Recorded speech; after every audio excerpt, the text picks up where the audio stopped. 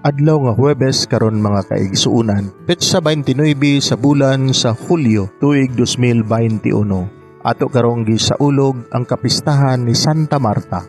Ang pagbasa kinutlo gikan sa Ebanghelyo sumala ni San Juan, kapitulo 11, bersikulo 19 ngadto sa 27. Daghan ang mga Hudeo nga miduaw kang Marta ug kang Maria aron pagduyog sa ilang kaguol tungod sa kamatayon sa ilang igsuon. Sa pagkabalita ni Marta nga miabot si Jesus, migula siya aron pagsugat kaniya, apan si Maria nagpabilin sa balay. Si Marta miingon kang Jesus, "Kun dinhi ka pa lamang Ginoo, dili unta mamatay ang akong igsuon. Hinuon na sayod ako, bisan karon muhatag ang Dios kanimo bisag unsay imong pangayoon." Si Jesus mitubag kaniya, "Mabanhaw ang imong igsuon." Siya mitubag, "Nahibalo ako nga mabanhaw siya sa katapusang adlaw." Ug si Jesus miingon kaniya, "Ako mao ang pagkabanhaw ug ang kinabuhi. Ang nagtuo kanako bisan tuod mamatay, mabuhi, ug ang tanan nga buhi ug nagtuo kanako dili gayud mamatay.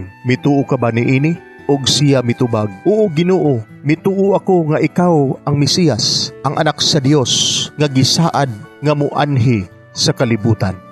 Mga igsuon, ang Ebanghelyo sa Ginoo. Daygon ikaw, O Kristo.